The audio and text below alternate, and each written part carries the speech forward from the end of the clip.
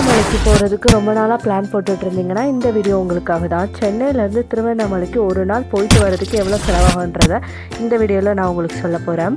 First bus fare வந்து 180 rupees AC பஸ்னால், நீங்கள் நான் ஏசியில் போனீங்கன்னா 150 ருபீஸ் ஆகுது. ஸோ பஸ் ஃபேருக்கு மட்டுமே உங்களுக்கு போயிட்டு வர்றதுக்கு 360 ருபீஸ் ஆகும்.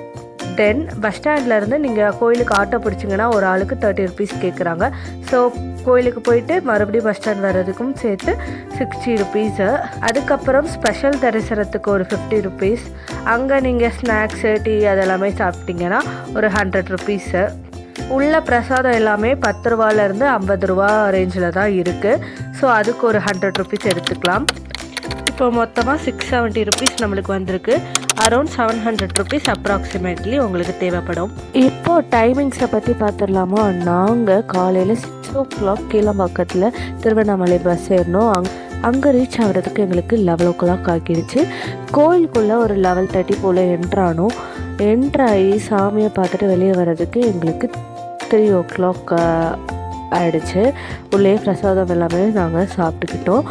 வெளியே வந்த உடனே நாங்கள் பஸ் ஸ்டாண்டுக்கு போய் ஒரு 3:30க்கு எல்லாமே சென்னை பஸ்ஸை வந்து நாங்கள் ஏறிட்டோம். அப்படி 3:30க்கு கிளம்பியே எங்களுக்கு சென்னைக்கு ரீச் ஆகிறதுக்கு 8:30 PM ஆகிடுச்சு.